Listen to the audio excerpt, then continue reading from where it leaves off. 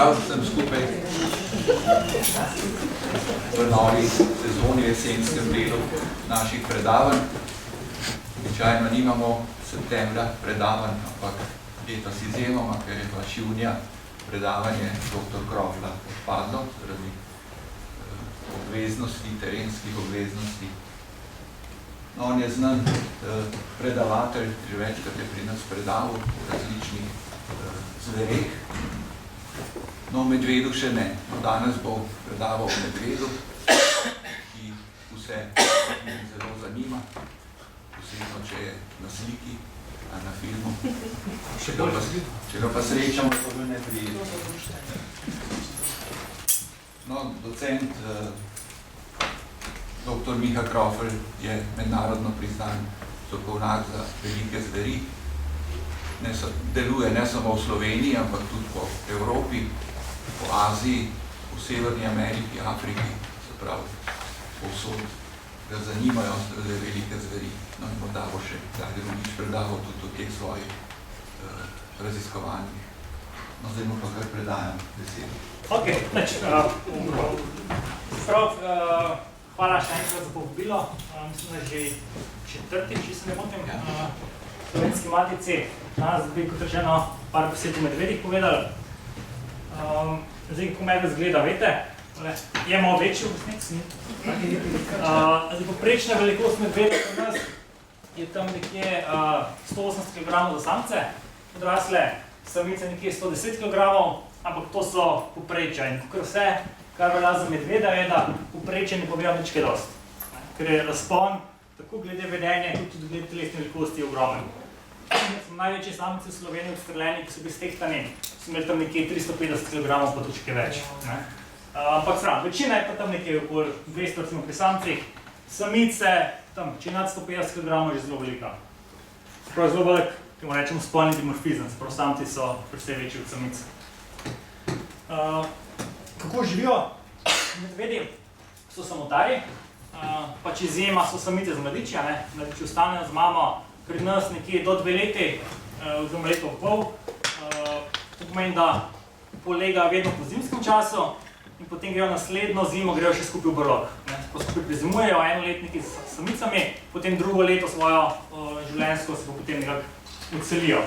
Ki v tujini so lahko še bistveno dlje, recimo, če gremo v Skandinavijo, Aljasko, da tudi po 4, tudi po 5 let časa ostanejo mladiči z medvedko. No, izjema glede te samotarskosti je tudi čas parjenja, to nekje za en teden prijeta samec in pa samica skupaj. Drugače, kot rečeno, živijo vsak posebej. Je pa ena, večkrat sem partljen, sporočujemo kakšno danes. Ena posebnost medvedov potem še, v čemer se v bistvu razlikujejo do vseh drugih zveri, pa tudi mnogi drugih živali, je potem, da niso teritorialni. Zdaj, kar je teritorialnost, to pomeni, da živali branijo svoje območje, svoje ozemlje pred osebki iste vrste. Recimo, to je zelo izrazito pri volkovih. Trop volkov, ta družina brani svoj teritorij pred vsemi tujimi volkovi. Ris enako, samec bo branil svoj teritorij pred drugimi samci, samica pred drugimi samicami. Večina vrst ima to značilnost, da branjajo svoj teritorij, medved pa nima te značilnosti. In posledica tega je, saj tisti v prvi vrsti vidite, da se območja posameznih medvedov zelo močno prekrivajo. Imamo lahko na istem območju prestežal po 20-30 medvedov, ki se delijo isto prostor. Medtem se, kot rečemo, bistveno razlikujejo od drugih živali. Zaradi tega tem območjem tudi ne pravimo teritorij, ki so teritorialni, ponovadi rečemo domači okoliši. Tako da nek prostor, ki ga potrebuje, na katerem živi en medved. Kako so velika ta območja, spet zelo različno. Pri nas je tam nekje večinoma od 10 000, pa tudi preko 100 000 hektarjev. Tam nekaj 100 kvadratnih kilometrov, če pa rečemo. To je nek prostor, na katerem živi en posamezen medved. Zdaj, ko smo gledali ta različna območja medvedov po Sloveniji, smo opazili velike razlike med dinarskim prostorom pa med alpskim prostorom. V Alpah ima medvedi poprečje nekje 3-krat večje domače okoliše, kot te, ki živijo po Dinaridih, sprav Notranjska, Kočevska. Zakaj je temu tako? Ena je verjetno količina hrane, ki je manj v Alpah, še pomeni pa to, da je v Alpah trenutno predstavlja rob populacije. To je ta naša populacija, naši medvedi, so del tako imenovane alpske dinarsko-pinske populacije. Populacija gre od Alp, iz Slovenije, nekje do Pindosa v Grčiji. To vse je ena sklenjena populacija, v Sloveniji pa dejansko prihaja do roba te populacije. In vedno opažamo pri medvedih, da na robu populacije imajo medvedi večje domače okoliše. Zakaj točno, še ni pojasnjeno, ampak je to neka splošna značilnost, ki je bila tudi za drugod po svetu. Me je bila pa še ena zanimiva lastnost, to je bilo v letu 2010, ko smo izvali to raziskavo, so bili vsi medvedi, ki so živeli v Alpah, v Sloveniji, so bili samci. Niti ene samice. Zakaj do tega pride? Razlog je v tem, da v odseljevanju, se pravi, ko ima medvedka mladiče, in ti mladiči zrastejo, je to navaja tako, da hčerke ostanejo znotraj območja svoje mame in se potem nekako take matere linije, rečemo, formirajo, se pravi, samice z mladiči, tete, sestre in tako naprej, v nekem območju.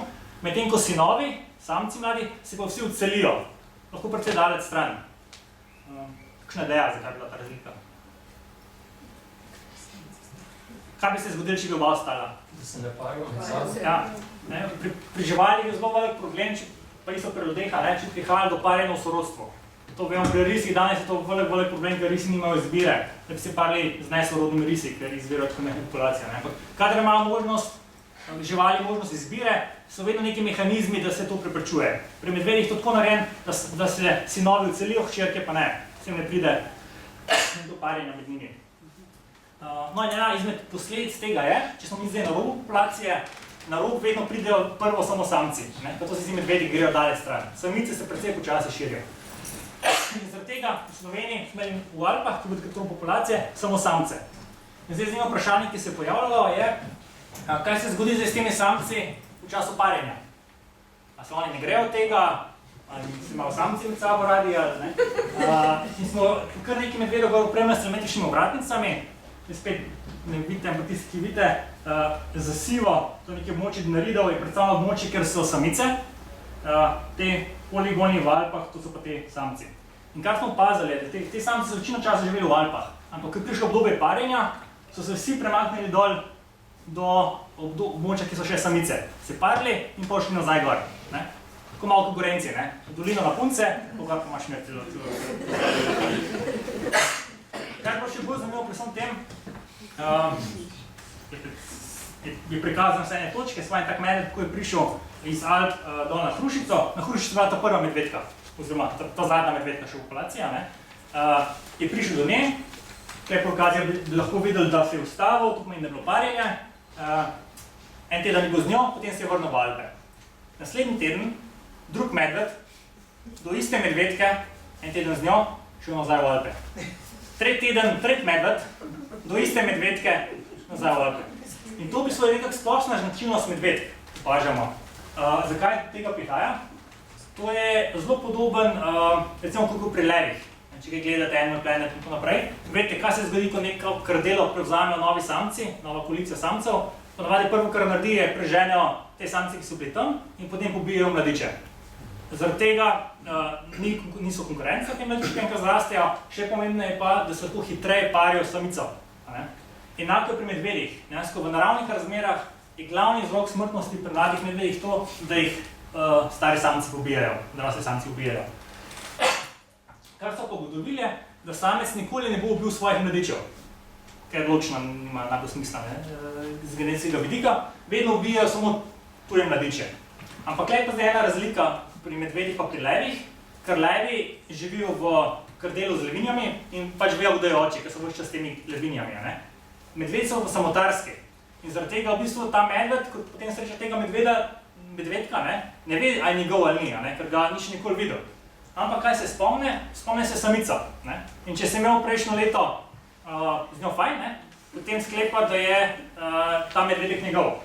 In kaj je potem strategija samic? Ko obdobje parjenja, se poskušajo pariti z vsemi samci na svojem območju, da potem naslednje leto vsi mislijo, aha, ta je pa moj, Kar prej.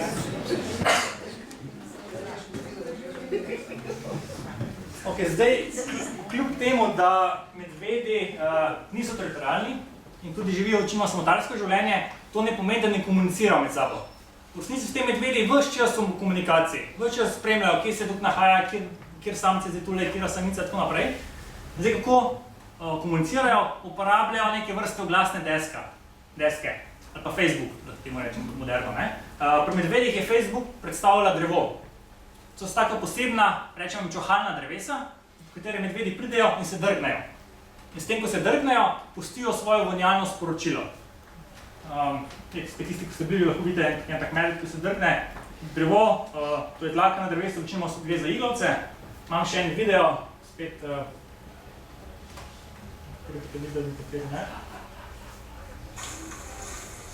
en tak medved, pride v drevo, vidite se drgne, ponavadi torom tak 4, tako še čas imam zadnje noge, tako da pokaže, koliko velik je, kako visoko markira in s tem spusti svoje sporočilo. Kaj vse se medvedi sporočajo s temi vonjalnimi sporočilami, v bistvu ne vemo. Kar vemo je to, da lahko prepoznajo se individualno, se pravi, po vonju oni lahko vejo, to je bila micka pa bila jožica, in pa tudi vejo, a je bil samc, a je bila samica, in pa samci lahko prepoznajo, a je samica godna za parjenje ali ne. To vemo, to je bilo dokazano. Zelo verjetno je tudi še precej drugih informacij, ki se oni izmenjujejo, ki jih pač zaenkrat še ne razumemo oziroma ne uspemo zaznati. No, potem prijemo pa do verjetno najpomembnejšega dela v življenju vsakega medveda, to je hranjenje. Medved je spet poseben med zvermi, zato ker za razliko od večine drugih zveri ni tipičen mesojed. Večina ima nekje 80% prehrane v naših razmerah predstavlja rastlinska hrana. Težava pri medvedu je, ker on ima anatomsko, ključno za prebavili, so ustvarjeni za mesno prehrano, ali izvorno je to zver. In zato v bistvu je zelo neučinkovit pri prebavi rastlinske hrane. In posledica tega je, da morajo pojesti velike količine hrane, da zadosti svojim energijskim potrebam. Zaradi tega medvedi ves čas iščejo hrano. Recimo, neko tipično odrasel medved mora zdaj dobiti nekje 10 do 12 kg hrane na dan. Zdaj si pa predstavljate, da se spustim v gozd, pa si najde 10 kg hrane vsak dan. Ni to preprosto. Zato v bistvu je šla evolucija medvedov predvsem v eno smer. To je, da najde katerikoli hrano, kjerkoli je to možno. Težava, ko bomo kasneje videli to, da pogosto ga to pripelje bliže človeka, ker bližino ljudi je zelo veliko hrane. Ta neka stvar, ki je naredila medveda tako zelo uspešnega, je v trenutno modernem svetu neki vrste handicap, ker zaradi tega prihaja pogosti konflikt. Pojdemo vsem pogledati, kakšna je zdaj neka splošna, tipična prehrana medveda. Spet bom govoril o povprečjih, razlike na individualni ravni, pa tudi sezonsko so lahko zelo velike. In že po posameznih mesecih, letih vidimo lahko zelo velike razlike v prehrani. Ko bom povedal, tukaj en ta graf, ki ga verjetno skoraj noben ne vidi, ki prikazuje v posameznem letnem času, s čim se medvedi hranijo. Če gremo po vrsti, spomladi, medvedi pridejo iz prologov. Najpomembnejša hrana takrat je meso. Predvsem beljakovinska hrana, da si tudi pomore nekako od zimskega spanja in od dobi nazaj težji, ki jo izgubil. Kje dobi meso? Najpomembnejša je mrhovina. Po zimi tudi kar nekaj pogina med živalmi, nekaj tudi najde ostanke, recimo podstrelov, ostanke oklena drugih živali in takrat se predvsem z mrhovino prehranjuje, kjerkoli najde. Nekaj tudi pleni. Medved lovi str zelo redko, da bi šel recimo pa tekel za srno, ker večina, vsi naši parklerji, srnjad, jelenjad, divji prašiči in tako naprej, so bistveno hitrejši od medveda in tudi bistveno bolj zdržljivi. Tako da moram imeti res kar srečo, da spet dobiti, recimo v kakšnem globokem snegu ali kaj podobne, ampak sem pa kaj, ki še v medvedu rata. Predvsem so pa uspešni v pomladanskem času ravno, ko jelenjad in pa srnjad polaga mladiče in te mladiči so malo tako taktiko, da so skriti, nepremično in smo imeli kar že nekaj opažen, da medvedi prav tarčno grejo po jasah, ki najpogosteje srnjad pa jelenjad polaga mladiče in sistematično prečeše te travnike in išče te mladiče. Potem pride poletje in približno polovico vse energije medvedi v poletnem času dobijo od žuželk. Žuželki so daljša, pomembnejša hrana, tudi zelo še v septembru. Imate kakšno predstavo, kakšno idejo, katere žuželke bi lahko bile najpomembnejše za medveda? Čebele. Čebele so, ampak niso najpomembnejše. Jih uporabljam. Sta pa dve druge skupini še pomembnejše. Spet sem slišal mravlje, to je ena, ja. Ena pa še pomembnejša. Malo presenetljivo bote moče, bote presenečeni ose. V slovenski godovi so ose ena ključnih delov prehrane medveda. Najrajši seveda imajo ličinke, larve, ki jih skopljajo v osirih, toda zdaj, če boste šli v gozd, pa najdete približno take polmetrske jame, pa noter še ostanki osirja, to je bil skoraj zagotovo delo medveda, ki je skopal tako osir. Larve so fine, ker so že dobro zapakirane, ni dosti hitina, zelo veliko beljakovin, predvsem pa ne pikajo. Ampak tudi to, da pika medveda ne ustavi. Smo dobili že kar nekaj iztrebkov, ki so bile polne odraslih os. Zdaj, kmeto je, da zagotovo to pika, ne, v gobec, ampak verjetno to za medveda pač pikantna hrana, ne, če nekaj enkrat spomnim, je bilo zanimivo, sem opazil eno medvedko, ki je razkopavala tako sir, jedla te larve, ose so jo žgale, moje se je malo tapkala, ničken je drnjuhala, ampak je šlo, potem pa naenkrat v enem trenutku zarjove, se vrže stran, vrže na trebuh, začne z prstmi drgati v zemljo. Je počitno v sesek dobila en. Tako da, dokaj ji v glavo zgleda, kjer je kožah ni težav, to pa sesek je pa konc zabave. Prav, to je poletje, potem pride jesen in jesen je pa daleč najpomembnejša hrana so pa postane sadje in razni gozdni plodovi. V slovenskih gozdovih so daleč najpomembnejši žir, se pa pod bukve, kadar je leto z dobrega obroda bukve, kot je bilo recimo lansko leto, je lahko tudi tam nekje preko 90% prehrane samo še žir, ne. To je res energetsko bogato, medvedje radi uporabljajo. Uporabljajo pa tudi katere druge plodove, kadar so na voljo, pa predvsem če ni žira na voljo, recimo tudi želod, kostan, kjer je, potem razno sadje, recimo granule imajo zelo radi, tudi kakšno jagodičevo je drugo. Prihajajo pa tudi v bližino naselij, v sadovnjake, ki imajo zelo radi jabolke, kruške, slive in tako naprej. No pa kaj je taka posebnost medvedov v Sloveniji, pa še nekaterih okoliških držav, je pa to, da skozi vse sezone opazimo v njihovi prehrani koruzo. Vse skupaj približno 1/3 vse prehrane predstavlja koruza. Tudi jeseni pa poleti, pardon, tudi spomladi pa poleti. Kdaj koruza dozori? Zdaj, ne? Ja. Kje pa dobijo oni poleti pa spomladi? Na krmiščih, ne? V Sloveniji imamo zelo intenzivno krmljenje, ne samo medvedov, tudi drugih vrst. To so, tisti, ki vidite, lahko takšne zabojniki s koruzo, še bolj pogosto tako imenovani herkulesi. To so taki bobni veliki, kot je neka avtomatska krmilnica, vsak dan se sproži, tam nekje 2-3 kg koruze, ven strosi in je potem hrana za medveda, divja pšiča in ostalo. In medvedi so se pri nas res naučili, da je to nekak fast food, mi temu rečemo, ne, hitra hrana, in redno uporabljajo ta krmišč. Prav 1/3 vse energije dobijo iz krmišč. Zakaj v Sloveniji krmimo medveda? To je več razlogov. Vsaj uradno najpomembnejši je, da se na ta način poskuša medveda odvračati v naselje.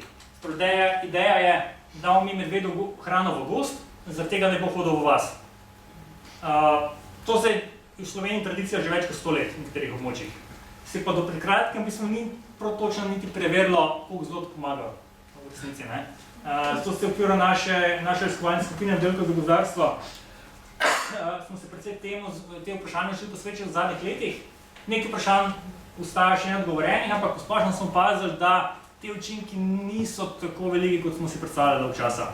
Do določene mere lahko pomaga, predvsem v jesenskem času, medtem ko pa v ostale 3-4 leta pa nismo nobenega učinka opazili. V Sloveniji je verjetno težava v tem, da je naš prostor zelo razdrobljen. Mi nimamo nekih velikih gozdov, sprav mi ne moramo si privoščiti, da bi dali hrano medvedu 50 km stran naselje v gozd. Ker pač v Sloveniji imamo gozda, ki je bil 50 km stran od najbližje hiše. To mogoče bi delovalo na Aljaski, ali pa nekih območjih, ki je še precej divjine, v Sloveniji pa ni. Pri nas pogosto sta krmišča tudi kilometer stran od naselja. Recimo od moje hiše na Menišiji mislim, da je slab kilometer stran. To je približno 10 minut hoje za medveda. In tudi zaradi tega verjetno je ta učinkovitost zmanjšana. No, so pa še drugi učinki, ki jih ima krmljenje.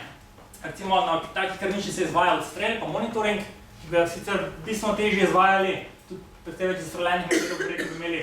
To so določeni pozitivni stranski učinki, opažamo pa tudi nekaj negativnih stranskih učinkov. Recimo en izmed takšnih je vpliv krmljenja na zimski dremež. Sem že rekel prej, si poznate, po zimi načeloma medvedje grejo v brloge in tam preživijo zimo. No, v Sloveniji se je izkazalo, da to ni čisto tako. Sploh smo jih primerjali recimo z drugimi medvedji v Evropi, za naše razmere medvedji enkrat manj časa preživijo v brlogih, kot bi morali. In zelo pogosto prekinjajo to zimovanje. Veliko, ko je v Italiji, ko gre jeseni spat, pa se potem spomladi zgodi, pri nas medved gre spat, je 2 tedna v brlogu, gre za 3 tedne ven, spet za kakšen teden obrlog in tako naprej. In potem, ko smo gledali, kaj delajo medvedi v tem času, ko ne spijo po zimi, predvsej povečajo rabo teh krmišč. Zakaj gre medved v osnovi spat? Medvedki grejo zato, da polegajo mladiče, če so boje, vsi ostali medvedi, no pa tudi te medvedke, pa zato, ker po zimi ni hrane načeloma v naravi in se jim bolj splača, da nekako mirujejo, ohranijo energijo, kakor pa da bi okoli tekali pa iskali hrano. Ampak, če imaš na voljo hrano celo zimo, kakor je pri nas zaradi krmanja, seveda ni razloga, zakaj bi šel spati, pa ni toliko močen ta razlog. In ja, tukaj en graf, ne vidite, vsi medvedi so nekje v tej liniji, od severa proti jugu se krajša čas zimovanja, naši medvedi so skozi enkrat nižje, kakor bi morali biti za naše razmere. Zaradi tega so tudi zdaj prve pobude, da mogoče vsaj v zimskem času ne bi krmili medvedov več, pa ne tako intenzivno, ali pa ne na vseh območjih. Ok, gremo potem malo pogledati še v Sloveniji, kakšno je stanje s tem medvedi. Tisti, ki vidite, to je en zemljevid, kjer so predstavljene gostote medvedov, sej, ni nobena znanost, največ jih je v južni Sloveniji, Notranjska, Kočevska, bolj gremo proti severu, manj jih je. Nekaj jih še v Alpah, tam pa kaj gre še medved na Pohorje, glavna pa velika večina živi v Notranjskem in Kočevskem visokem krasu. Drugo vprašanje, ki se vedno pojavlja in do nedavnega predvsej, pa še vedno kar nekaj burnih debat na to temo sproža, vprašanje, koliko imamo medvedov v Sloveniji. Zdaj, medvede ni najbolj preprosto našteti, ni tukaj recimo v Afriki, greš v savano, letiš z letalom in šteješ slone, 1, 2, 3, 4, 5. V Sloveniji tega ne moreš, ker medvedi živijo v gozdu in se če imaš na kljuni in jih ne vidiš. Zato moramo upoštevati in moramo uporabljati nekatere bolj posredne metode. Ena izmed, ali pa verjetno so najbolj zanesljiva, ki je trenutno na voljo za štetje takih živali, je genetska metoda. Genetska metoda, to pomeni na ta način, da mi zbiramo genski material, ki ga živali puščajo v naravi in potem poskušamo ugotoviti, koliko različnih živali je pripadal. Ta genski material so lahko, vir tega genetskega materiala so lahko različne stvari, recimo lahko je dlaka, lahko je slina, lahko je urin, no za medvede predno se uporabljajo iztrebki. To zato, ker vsak medved se mora pač iztrebljati in to dela precej pogosto, zato ker nima prebavila čist prilagojenega rastlinske prehrane. In zato teh, če si dosti na terenu, lahko kar nekaj teh iztrebkov najdemo. No, vsak iztrebek na površini vsebuje celice črevesne sluznice in če mi poberemo to sluz iz površine, v njih dobimo genetski material in potem naši genetiki, v Sloveniji se dela oddelku za biologijo, lahko potem zelo natančno, praktično 100% natančnostjo povejo, ta iztrebek je od istega medveda kar en drug iztrebek. Ali pa ne. In če imamo mi dovolj teh iztrebkov, lahko prvič vidimo, koliko različnih medvedov smo našli, ampak pri tem je seveda težava, da mi nikoli ne bomo našli iztrebke od vseh medvedov. Pač ne moramo, ker jih je toliko in nimamo neomejenih možnosti. Ampak na srečo postajajo določene statistične metode, ki nam omogočajo oceniti, koliko je bilo pa tistih medvedov, od katerih nismo nobenega iztrebka dobili. To se sliši mogoče malo čuden, ampak če imamo mi dovolj velik vzorec, lahko to naredimo. Bom na enem preprostem primeru poskusil pojasniti, kakšna je zadnja matematika. Recimo, predstavljajte se, da imamo en ribnik z zlatimi ribicami. In nas zanima, koliko je teh ribic v tem ribniku, ampak težava, ker je voda ves čas kalna in ne moramo videti, da bi jih prešteli. Kaj lahko naredimo je, pridemo en dan, ulovimo 20 ribic in jih na nek način označimo. Recimo jim narišemo eno pikco na plodotko. In spustimo nazaj, da se premešajo z drugimi ribami. Ok, vemo, da v tem ribniku je 20 ribic s pikico in neznano število ribic brez pikice. Ok. Pridemo naslednji dan, spet ulovimo 20 ribic in pogledamo, koliko od njih je takih, ki ima pikico. In recimo, da opazimo od teh 20, jih je 10 takih, ki ima pikico. Kaj lahko z tega zračunamo? Ok. Delež populacije s pikico je očitno 50%, smo naključno lovili in pol jih je imeli, pol pa ne. Ok. 50% ima pikico, mi pa zdaj točno vemo, koliko je takih ima pikico, ker smo mi narisali. Se pravi, če 20% populacije predstavlja 50% cele populacije, je vseh ribic v ribniku. Če je 20 ribic 50%, bi bilo 100% 40%. Samo mi smo dejansko ocenili vse ribe v ribniku, kljub temu, da 10 izmed njih mi nikoli nismo jeli. Prvi smo jeli 20, pa naslednjič 20, tega je bilo 10 istih, ampak na ta način smo mi ocenili tudi ostalih 10. In podoben pristop se uporablja tukaj pač z genetiko, ne. Pač mi vemo, aha, to so zdaj isti medvedi, ki smo jih prejšnjo rundo ujeli ali pa ne.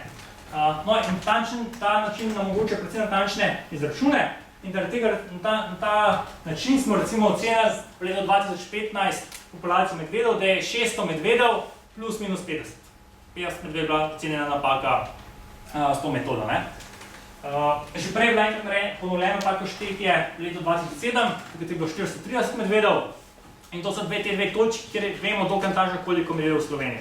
Od 2015 dalje mi medvedov nismo več šteli na ta način, se pa je s pomočjo določenih populacijskih modelih poskušal oceniti nekako, kako se je gibala zdaj ta populacija. Tukaj je za en graf, se ni važno, splošno pač, da veste, da populacija medvedov narašča v Sloveniji. Se pravi, ok, vemo, da imamo zdaj 600 medvedov, oziroma trenutno jih je že malo več. Kaj zdaj? Ja, zdaj se moramo pa odločiti, kako jih pa radi imeli, ne? To je pa vprašanje, na katerega precej težje dobimo odgovor. Tukaj pa ni neke genetike, pa nekaj bi nam dala tisti odgovor, ne vem. Ja, v Sloveniji moramo imeti 724 medvedov, recimo. No, pred kogarkoli od nas bo vprašali, bi dal neko drugo številko. V končni fazi smo pa ljudje tisti, ki se bomo tukaj odločili, koliko medvedov želimo imeti, ne? Ko prijemo tega res pomembnega vprašanja, koliko medvedov naj živi v Sloveniji. Zdaj nekateri pravijo, naj bo to, koliko jih prenese to naravno okolje, koliko jih hranijo v naravi, ne. Kot rečeno, medved ni teritorialen, se pravi število medvedov v naravnih razmerah v končni fazi določa dostopnost hrane. Več kot hrane, več medvedov lahko živi. In populacije naraščajo, dokler začne zmanjkovati hrane, potem se rast ustavi. No, pri tem pridemo do enega problema, to je pa to, da imamo v Sloveniji ogromno hrane. Že naravno so pogoji za medveda pri nas odlični, pri tem imamo še zelo intenzivno krmljenje medvedov. V Sloveniji ne vemo, koliko medvedov bi lahko bilo, ampak zelo verjetno bistveno več, kot jih imamo danes še. Pa zdaj država, pa bodo ljudje pripravljeni živeti s toliko medvedi, če mi to preprosto pustimo. Kakor se kaže, tudi vidimo letos verjetno ne. Zdaj drugi pravijo, pa sej v bistvu niti ni važno, koliko je teh medvedov, temo samo tako narediti, da bodo medvedi živeli ločeno od ljudi. Nekje naj bodo medvedi, ko smo ljudje, pa medvedov naj ne bo. Pa tam naj jih pač bilo, kar jih bo, ne. To je zelo fajna ideja, načeloma, če živimo na Aljaski. V Sloveniji pa ta težava, da pač tukaj ne vidite, ampak povem, da v Sloveniji nimamo praktično niti enega gozda, ki je bil dovolj velik za enega povprečnega medvedjega samca. Če mi postrelili vse medvede, ki kdaj pridejo na naselje, bomo izstreljali celotno populacijo, ker pač nimamo dovolj velikih gozdov. V Sloveniji imamo samo dve opciji, ali zdaj medveda izstrebimo, ali pa z njim sobivamo. Da bi jih ločili ljudi od medveda, pač ni možnost, naša pokrajina tega ne omogoča. Potem, ko pridemo, spet nazaj vprašanje, koliko imamo medvedov, je zelo verjetno, da se bo ta številka nekako formirala tam, da jih bo toliko, koliko so ljudje z njim pripravljeni živeti. Pač mi moramo živeti z medvedjem, drugače ga pri nas ne bomo mogli imeti. Zdaj, kakšna pa je strpnost ljudi do medveda, kakšna je toleranca, to je seveda pomembno poznati in zato so tukaj zelo pomembne sociološke študije. To so javnomnenjske raziskave med ljudmi, ne vem, vam je že dovolj medvedov, ste še tolerantni do medveda ali imate že preveč, ne? No, v Sloveniji imamo precej dobro ekipo, spet oddelku za biologijo, ki se ukvarja ravno s tem sociološkimi vprašanji, povezanimi z strpnostjo do zveri. No in mogoče preznatljivo za nekoga, sploh če spremljate te medijske objave, ki so letos zelo intenzivne, v Sloveniji, na območju, kjer so prisotni medvedi, se pravi po teh vaseh, je samo 6% ljudi proti medvedom. Dejansko velika večina ljudi v Sloveniji, že na območju, sploh na podeželju, kjer živijo medvedi, je pripravljena sobivati z medvedom. Te pozivi, ki se zdaj pojavljajo v iztrebljanju v okolju medvedov, ja, so taka mnenja, ampak to je res zelo majhna peščica ljudi. Večina ljudi tega ne bi podprlo. Je pa res, da je ta peščica zelo glasna. Ja, bistveno bolj potem tiha večina. No, potem prijemo pa še druge pomembnega vprašanja, kaj pa zdaj vpliva na toleranco? Zdaj, verjetno najpomembnejši dejavnik tukaj ni toliko, koliko je medvedov, ampak predvsem to, koliko imajo ljudje problemov z medvedi. To, če že gledamo, recimo, po tujini nekje v Franciji imajo 30 medvedov, pa je to za celo Francijo že čist preveč. Po drugi strani, predvsem Skandinavci, so par let nazaj ugotovili, da v bistvu nimajo 1000 medvedov, kot so mislili, ampak so z genetiko ocenili, da v bistvu jih je 3000. pa se ni noben kaj dosti razburil. Tako da, dejansko absolutne številke tukaj ne igrajo neke pomembne vloge. Tudi v Sloveniji, prej je bila narejena prva genetska študija, so bile številke medvedov tam enkrat večje, kot so bile dejanske. In pa se je pokazalo v resnici medvedov pol manj, pa ni noben rekel, zdaj pa moramo imeti več medvedov. Ker ni, število medvedov v bistvu ni tisti ključen parameter, ključno je število problemov, ki jih imamo z njimi. No in potem pridemo do tega res ključnega vprašanja zdaj, kaj pa vpliva na to, da imamo več ali manj problemov. Za splošnem, nekaj po kmečki logiki je rekel, ja, več kot medvedov, več bo problemov z njimi. In to je do določene mere res. Mi opažamo, kjer so večje gostote, je verjetnost za konflikte večja. Se pravi, da to v bistvu ni pa najpomembnejši dejavnik, ampak sta očitno še nekateri dejavniki so bolj pomembni. Ker če mi primerjamo karto, spet ne vidite, mi morate verjetno besedo, območja z različnimi gostotami medvedov in pa območja, kjer je več ali manj konfliktov, problemov z medvedi, ni prav dosti prekrivanja med njimi. Imamo območja, so območja, kjer je veliko medvedov, pa je veliko konfliktov, a mi imamo tudi območje, kjer je veliko medvedov, pa zelo malo konfliktov. Ali pa območje, kjer je medvedov relativno malo, recimo sodrosca, velika lešče, ta konc, pa je problemov zelo velik. Očitno prihaja še do drugih dejavnikov, ki so pomembni. No in kateri so te drugi dejavniki? Na to smo želeli odgovoriti v okviru enega večjega projekta, ki je potekel zdaj že kar nekaj let, kar se je končal, s pomočjo telemetrije medvedov. Mi smo 33 medvedov opremili z telemetričnimi ovratnicami in potem zelo natančno spremljali njihovo gibanje, predvsem v odnosu do človeka. Tukaj si morate malo predstavljati, da so ene pikce, vsaka pikca je druge barve in vsaka barva prikazuje enega medveda. Ne vidite, ampak se vam lahko povem približen, da iz teh pikc kaj dosti ne morate videti. To pa je zato, ker so se medvedi zelo različni med sabo. Mi lahko izračunamo določene povprečne vrednosti, recimo povprečna velikost domačih okoliških medvedov v Sloveniji je 364 kvadratnih kilometrov in tako naprej, ampak kot rečeno, že večkrat danes, povprečno ne povejo kaj dosti. Vzamemo recimo, medvedko Ano, odrasla medvedka z mladiči, je hodila od Rakove Jelše v Ljubljani do Snežnika v nedomači okoliši. V istem letu druga medvedka, recimo gledamo tole Pepca pogledati, na Snežniku, zelo majhen domači okoliš, pa isto velika medvedka, isto z mladiči, to imamo drugačno obnašanje. Dejansko medvedi ne poznamo, da smo nobene druge živalske vrste, v kateri bi se bili posamezni osebki tako različni med sabo kot pri medvedih. Mi smo tukaj zdaj spoznali življenje 33 medvedov, ampak jaz se res za 34. se ne upam nikakor napovedati, kako bo živel. Kako velik domači okoliš bo imel, s čim se bo prehranjeval, kako pogosto prihajal v bližino ljudi, pač tako so vsi različni med sabo. En zelo pomemben podatek, do katerega smo prišli, predvsem do odnosov med medvedi in pa ljudmi, je to, kako tolerantni so do človeka, kako pogosto prihajajo v naselja, koliko imajo strahu pred ljudmi. Tukaj smo spet opazili zelo velike razlike. Če bi lahko videli ta graf, bi videli, da večina teh 33 medvedov je zelo redko prihajala v bližini naselja. Imeli smo pa nekatere posameznike, ki so pa zelo pogosto prihajali. Nekako tak pomemben zaključek te študije je bil, da velik delež vseh konfliktov, ki vsako leto povzročijo medvedi v Sloveniji, povzroči zelo majhen delež medvedov. Velika večina medvedov pa zelo redko pa nikoli ne dela škod in drugih konfliktov. En tak zelo dober primer je bil primer medveda rožnika. Verjetno se ga spomnite, bilo že 10 let nazaj, se je medved nekaj pojavil tule v Tivoliju, na Rožniku. To je medved, ki je bil popolnoma brez strahu pred človekom. Temu medvedu si lahko prišel, kolega blizu, moče bi te pogledal ali pa še to ne. In zaradi tega imamo nobenega problema prihajati v bližino naselja in se tam hraniti, malo ropati kompostnjake in tako naprej. Zato prišel v Ljubljano v končni fazi verjetno. Tega medveda smo potem preselili, ga spustili na Snežniku, potem je, če bi lahko videli celo Slovenijo v prehodu. Kaj je bolj zanimiv primer, mi smo potem te podatke od medveda, ki smo imeli na ovratnici, se pravi smo točno vedeli, kje pa kdaj je ta medved bil, smo te podatke prekrili s podatki o prijavljenih konfliktih z medvedi v Sloveniji. In kar se je pokazalo, aprila 2009, 70% vseh konfliktov z vsemi medvedi v Sloveniji je povzročil rožnik. Prav, če mi rožnika ustrelili, kako bi prišli v Ljubljano, in v naslednjem mesecu se rešilo 70% vseh problemov. In to je precej tipično za, pogosto tudi drugod po svetu, da zelo malo medvedov povzroči veliko teh konfliktov. In zato je upravljanje s temi problematičnimi medvedi to pomembno, ker s tem veliko problemov lahko povzročimo ali pa rešimo. In s tem prijemo pa zdaj do naslednjega pomembnega vprašanja, zakaj nekateri medvedje rade problematični? Zakaj izgubijo strah pred ljudmi? Te spet tukaj en video, kako boste videli, dogaja se na Javornikih, en vikend. Mislim, da malo zvok, da se sliši lahko. Tukaj je zdaj medved. Ko se bližje, si ga malo zapomnite, kako izgleda. Tako mlad medved je, dvoleten, verjetno.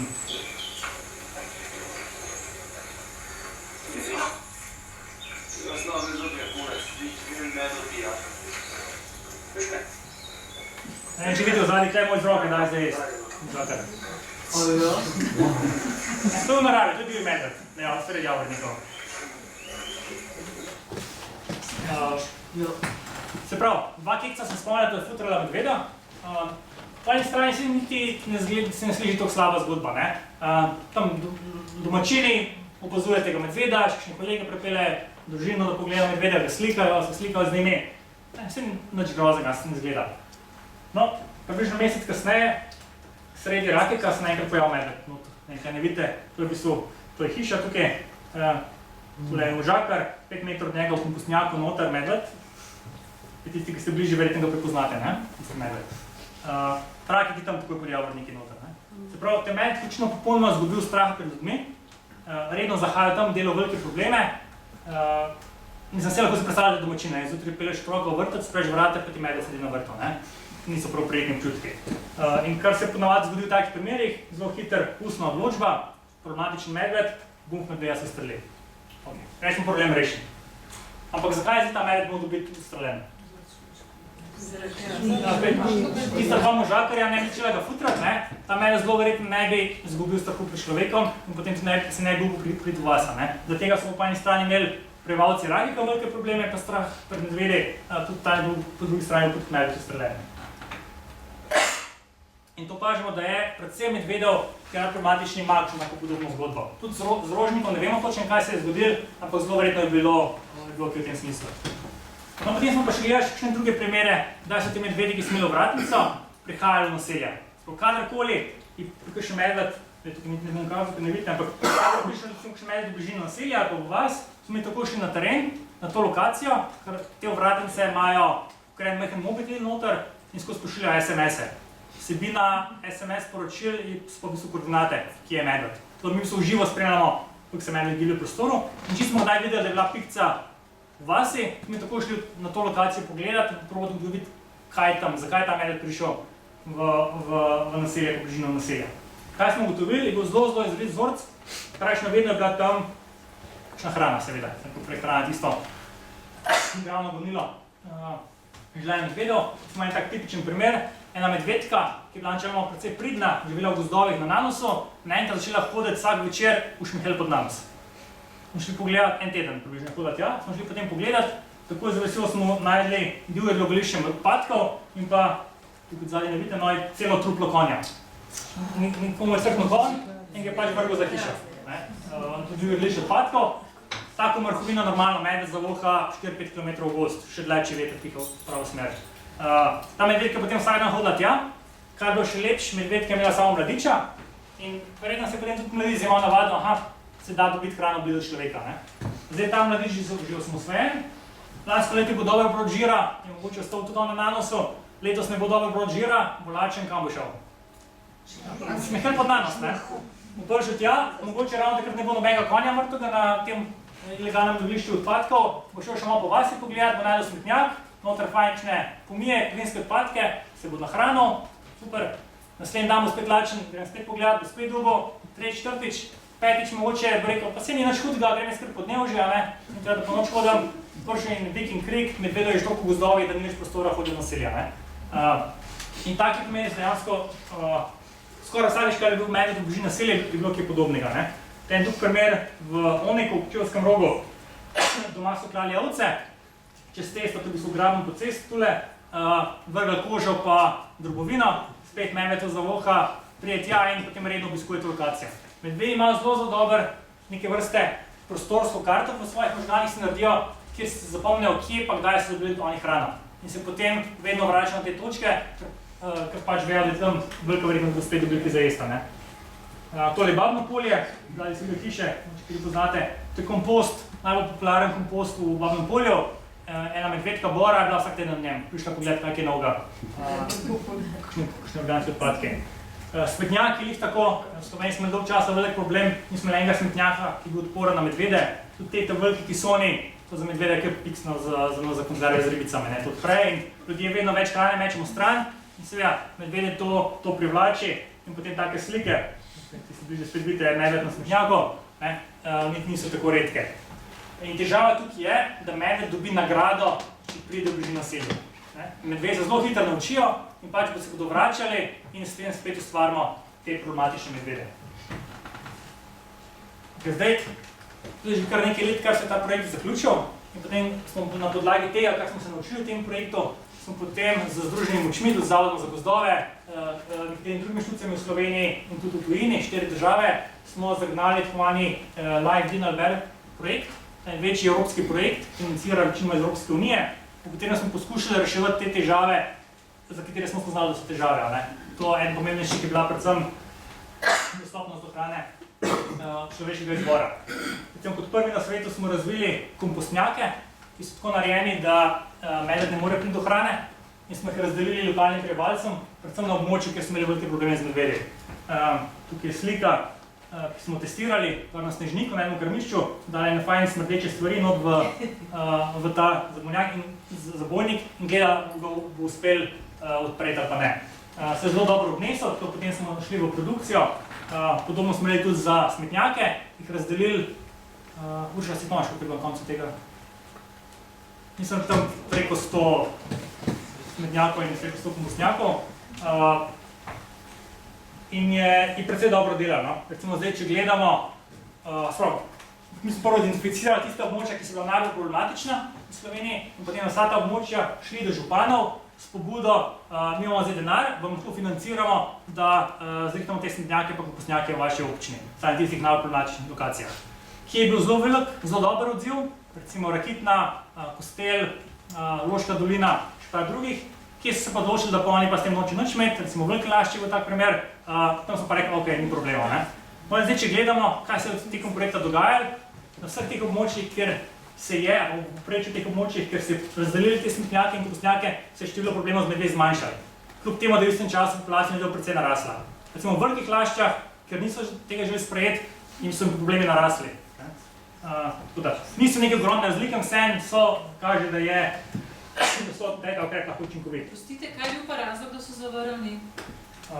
Tega še niče učila, točno prvo. Niso bili zainteresirani za sodelovanje. A so rekli, da to ne bo rešilo pet? Ja, so rekli, da niso verjeli, da to verjame, pa tudi župan tam je tako zelo nenaklonjen velikim zverjem splošno. Prej to bilo bolj politični razlogi, kakšne. Rajši na shodli. Drug ukrep. V bistvu čisto simpel je, medved ne more zraven priti. Če pride človek, je tam neka taka ploščica, v bistvu, ki moraš premakniti in če to premakneš, lahko odpreš. Če te ploščice ne premakneš, ali pa tako se vam potegne, ne moreš odpreti tega pokrova. Čeprav medved tega ne zna narediti in zato on poskuša še govor vse, ne pride zraven in zato se ne bo več vrnil, ker ne bo dobil nagrade. Za ljudi pa zelo preprosto. So pa leseni?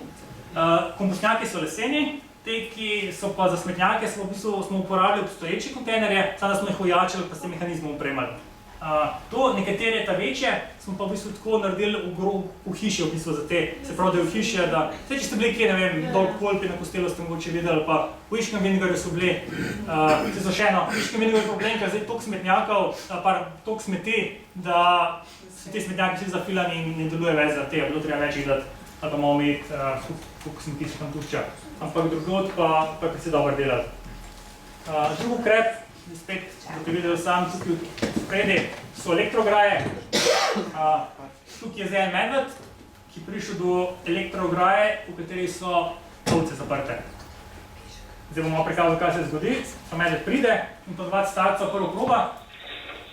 Tukaj ga je zelo izrukal, če ne druga ste slišali. Ta medved ne prije več nazaj, gotovo. To je precej neprijetna zadeva, če elektrika seka in kadar so te ograje učinkovite, so zelo učinkovite, kadar delujejo dobro, so pravilno vzdrževane, so zelo učinkovite. To je pa bez luka. Ja. Sem probala. Ja, ni zdrav. Pa vi ste imeli verjetno še čevlje. Če probali bili bosi, tukaj medved, bi bilo še malo hujš. Ja, čevlje in sem prav namenoma probala kopte to z luka. In te fajn prestak, Sem slišal kakšne zgodbe, ko je šel dol ulat, pa ti si še boji malo bolj Potem, recimo, še bolj v bistvu, že za ovce je bilo zelo učinkovita, kaj govorimo učinkovitost nekje 90% zmanjšanje škod, kot je bilo prej, preden so se postavljali te dobre ograje. Še bolj učinkovito je to za čebeljake, ker čebeljak je manjši in ne rabiš toliko velikega prostora zapreta. Pri čebeljaki v okviru projekta, spet ne vem točno kaj je številka, po moje čez 50, je bilo uspešno 100%. Na enem čebeljaku, v katerem smo dali te elektroograje, ni bilo več škode, 0. Pa to so bili samo čebeljaki, pa lastniki so prej imeli probleme z škodami na čebeljaki. Potem četrt pomemben sklop tega projekta je bilo tudi izobraževanje ljudi. Če ljudje vejo, kaj je problem, da je problem, če imaš tak kompostnjak s hrano, če so take smetnjake, se potem tudi precej lažje sprejmejo neke ukrepe, ker pa če ti sam prideš pa rečeš tega, pa tega zdaj ne smete. Problem pomembno je razložiti ljudem, zakaj in pa tudi sploh pri uporabi elektromrež je zelo pomembno, da se pokaže ljudem, kaj so ti problemi, na kaj treba paziti, recimo, kako je treba pravilno ozemljitev narediti in tako naprej. V Sloveniji imamo srečo, da imamo zdaj zelo dobro ekipo na Zavodu za gozdove, ki pozna vse detalje, kako je treba to opremiti, ne glede na strukturo pašnika, ker tukaj so zelo velike razlike. Ti ne moreš recimo predpisati nek splošen navodila za uporabo, tako je treba postaviti ograjo. Vsak pašnik ima posebej, en ima luknje, en je suh, en je vlažen, en ima veliko strmino, karkola. In res je moramo tukaj individualno obravnavati. Ne da se pride do lastnika, tukaj ograja, adijo, ampak treba s tem lastnikom, če so problemi, če se ponavljajo vkljub ograji, da se gre nazaj pogledati, postavimo gar kamere, če treba, da se vidi, kaj so težave.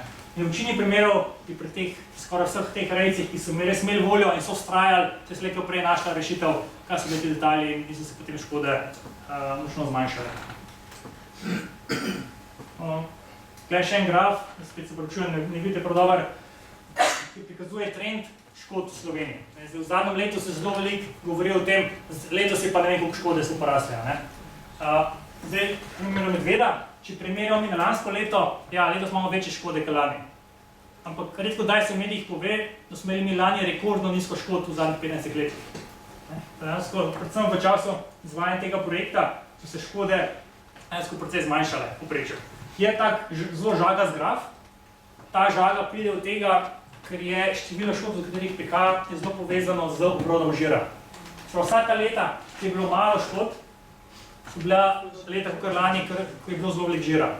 Vsa leta, ker so te vrhovi, so bile leta, ker je zelo malo, pa sploh ni bilo obroda žira. To vpliva, to je taka oblika, ampak če gledamo trende, vidimo nekje do leta 2010, so škode naraščale, približno sporedno s tem, ko je rasla populacija medvedov. Od 2010 dalje, populacija še vedno raste. Tisti, ki ste bližje, lahko vidite ta trend porasta populacije. Populacija še vedno raste, škode so se najprej umirile, v zadnjih letih se pa nekaj kaže trend že upadanja. Za letos bomo videli, koliko bo na koncu škod, še ni konc leta, ampak ne kaže, da bomo dosegli kakšne izmed teh vrednosti, ki so bile recimo v zadnjih letih. To, da je število škod v medvedih ekstremno rašča, v splošnem ne drži. Je pa lahko lokalno, to nekod seveda bistveno več, kot recimo je bilo kakšno leto prej, kje druge jih je pa kaj manj. Ok, zdaj pa za konec, še zadnja stvar. Kaj narediti, ko srečate medveda v gozdu? No, ni nič posebej zelo strašnega, morate pa vedeti par čist splošnih stvari, s čima lahko zelo zmanjšate že tako majhno verjetnost, da vas bo medved napadel. V splošnem je pač kmečka logika, ni nobene hude znanosti zadaj, ampak vse na fajn stvari dobro to zna. Recimo eno je to, da če se medved postavlja na zadnje noge, to ne pomeni, da to je pa zdaj ta zadnjo prejemo zelo pojedel. Ki pravijo, medved tukaj v Hollywoodu, na zadnje noge pa vas pojed. Medved se ne postavlja na zadnje noge, oziroma postavljanje na zadnje noge ni izraz agresije, sem izvedel, ampak izraz je, da medved nima dovolj informacij in hoče dobiti več informacij. Medved se je postavlja na zadnje noge da bolje vidi, da bolje voha, ne? S tem pač dostakrat bo nekaj zaslišal, s tem boste prišli vi blizu, bo nekaj slišal, se dogaja, ne ve točno kaj je, se postavljamo zadnje noge, človek, ne?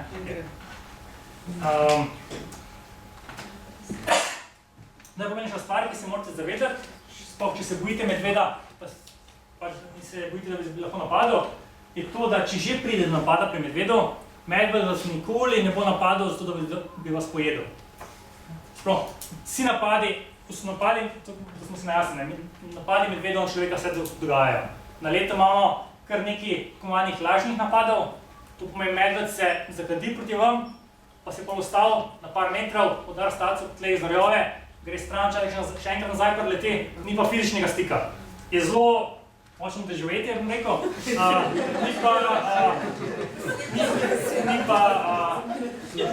ni pa nevaren za, ni prije do poškodba, ne. Nekje 90% napadov medveda je takšnih. Mi niti ne beležimo, koliko je teh, ker veliko teh napadov se niti ne poroča. Predvsem lovci, ki so navajeni medveda, niti ne javijo, da me medved se zdaj proti meni. Vseeno se pa na leto beležimo po Sloveniji približno 2 napada s poškodbami. Tam nekje od 0 do 3 recimo na leto, je pa dejansko, da pride do ugrizov, do pras. Na srečo smrtnega primera še nismo imeli v zadnjih 40 letih. Bilo je v 70-ih je bil en primer, v 80-ih je bila ena starejša gospa najdena, ko je medved sedelno hrano na njej, ampak ni bilo jasno, ali je ubil ali je mogoče umrla za kakšnega drugega razloga v gozdu, pa se je pač medved hranil.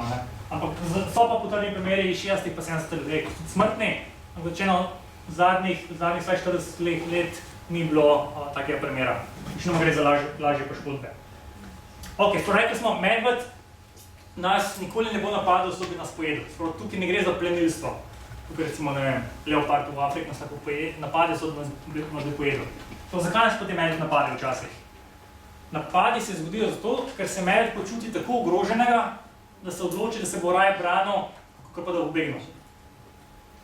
Prvo gremo vedeti, to se zgodi izredno redko. Večina srečanja z medvedi izgleda približno takole. Neki počin medved leti stran, še prej mi vedete, kaj se dogaja. Ne? Tudi primeri medvedi z mladiči, ki so načeloma najbolj nevarni, največja verjetnost napada, ne? V veliki večini medvedov, v veliki večini primerov bo izgledal nekaj takega, kot ena medvedka z mladički, ki jih pele stran. Ne? Kadar ima le možnost, to medved poskušal umakniti, pa zbežati. Medved nas dojema kot grožnja. Medvedi smo mi nevarni, pa se mi na leto pobijamo nekaj 15-20% vsake populacije. Tako medvedi so zelo dobro naučili, da smo nevarni. So pa zdaj določene situacije in pa što smo moramo imeti določenega medveda srečamo, ki pa se včasih odloči, da se bo on raje branil, kakor da bo bežal. Sprav, kar moramo mi poskrbeti je, da se bo ta medved, ki ga srečamo, počutil čim manj ogroženega. Ker čim manj ogroženega se medved počutil, manjša verjetnost napada. Kako to naredimo? Zdaj, pomembno je predvsem, da ga ne presenetimo. Da damo mi medvedu dovolj nadaleč vedeti, da smo ljudje in da smo tam, da smo prišli tja. V nobenem primeru pa še medved ne bo slišal 200 metrov človeka, pa bo tekel na njega, da bi ga napadal. Vsi napadi, ki se zgodijo, pa velika večina, ko se naenkrat srečamo z medvedom takole. Sprav, 99% primerov bo ta medved se obrnil pa zbežal, da bo pa napadal. Pomembno je, da mi damo medvedu dovolj zgodaj vedeti, da prihajamo. Medvedi imajo relativno slab vid, zelo dobro pa slišijo, zelo dobro vohajo. Zdaj, za von, dobro, lahko naredimo, ampak v tisti situaciji verjetno ne, odvisno tudi zelo od vetra, lahko pa precej naredimo glede sluha, glede hrupa, ki ga delamo. Zdaj, to ne pomeni, da gremo v gozd, pa se moramo dreti na vas glas, ampak dovolj je recimo že, če pridemo v kakšno območje, ki je slabo pregledno, recimo kakšen gozd smreči nasad, da se mičkam odkašljamo, malo požvižgamo, malo postopno bolj glasno. Jaz sem včasih grem, ko je res gozd nadolje, recimo pa vem, da bi lahko medved noter, ker rečem, medvo, jaz sem tule, grem skozi. In če medved tam, se nam bo v veliki večini praktično vedno se bo umaknil. Zdaj, če se že zgodi, da se mi naenkrat srečamo takole z medvedom, kaj narediti? Zdaj, v večini primerov itak bo medved že odreagiral prej in boste vedeli, zakaj se gre.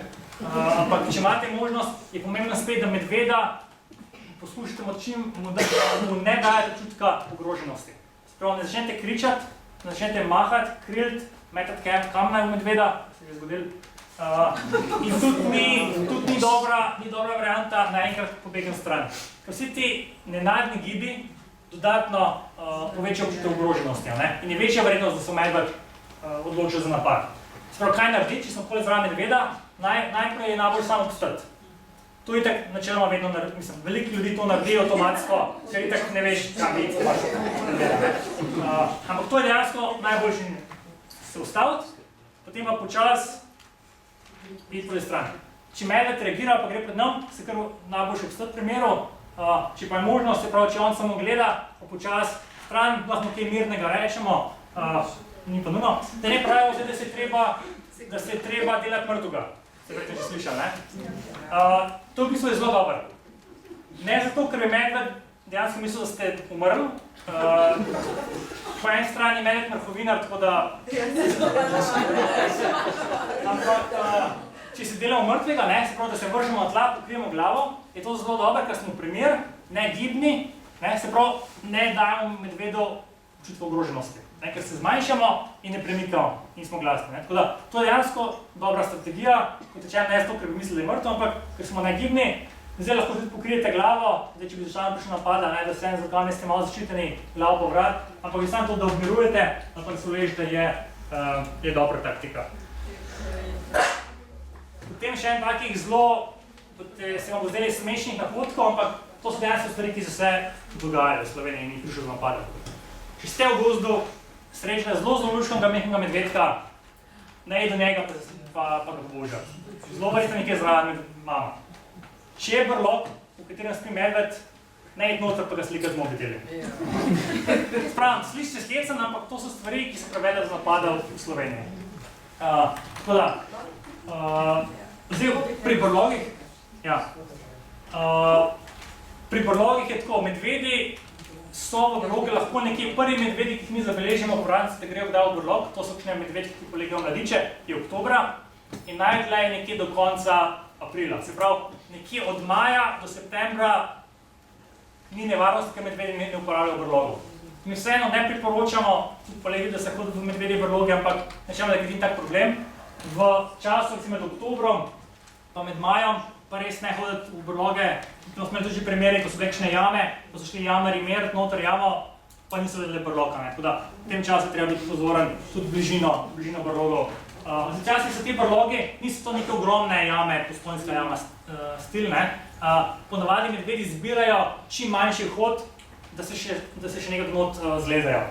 Prejšnja širina medvedjega brloga je 60 metrov. To je taka luknja. Pri medvedu tako, če gre glava skozi, bo šlo telo, bližje tako pri porodu, dojenčki. Tako da imajo rajši take mehne lukne, zato ker je noter manjša izguba toplote. To si mislimo, da je to razlog. Tudi take mehne lukne morate biti pozorni, pa če kakšen zelo razbit kraški teren, kakšne velike poliševke, to so radi brlogi noter. Tako da vsaj v zimskem času treba paziti, da se ne približujemo, če možemo. To še zadnja stvar je pa, kar sem že prej omenil, tudi ne hraniti medveda, tudi če je še zelo majhen mladiček ali pa, če imate vikend na javornikih, ni dobro, da začeti futrati tega medveda, ker boste imeli probleme, če ne bi to kdo drug. Splošno je pa zaključil, kar se tiče teh srečanj z medvedi, en taka misel, medvedov se nam ni treba bati, moramo pa vseeno hraniti neko pravo mero spoštovanja. Ni treba zdaj se bati, pa ne bomo šli v gost, ker tam vemo, da živijo medvedi. Verjetno, da bomo padli drevo na glavo, bistveno večji, če gre ta gost, da bo napadel medved. Vseeno pa, da ne delamo neumnosti, da gremo slikati mobitele medvede in podobno. In v veliki večini primerov ne bo ostalo.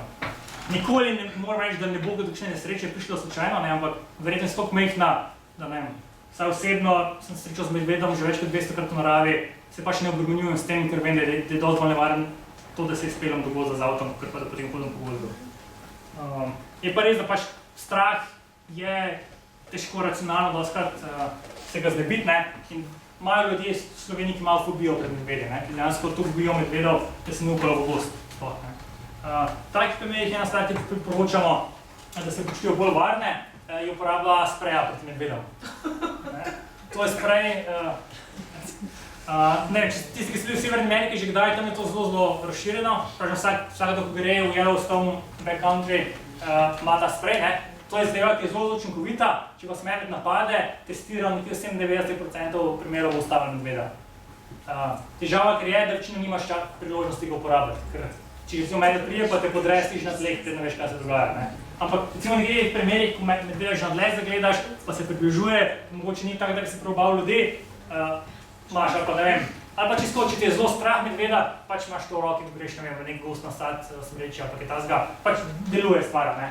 Sam je moramo znati uporabljati, pa imeti blizu pri sebi. Ni pa nekako splošno priporočljivo, ker je ponovadi bistveno več nesreč s temi brezsprejevom, če so ljudje sebi sprejejo, da so medvede. Ampak, če neka močna fobija ali pa če stres veliko gozdu ali pa v močih, kjer je velika verjetnost srečanja z medvedom, je vam mogoče to stvar, kateri je za razmisliti. Se tudi prvo že dobi. Zdaj, spet ne vidite, piše hvala za pozornost, pa en internetni naslov, če koga kaj več zanima, recimo policijske dinamike medvedov, učinkovitosti ukrepov, načinov, kako preprečiti konflikte, je zelo veliko materijala, bila narejenega tako tiskani verzi, PDF je dobite na internetu, v angleščini, slovenščini in tako naprej, medvedi.si je spet naslov. Zdaj pa še kakšno vprašanje.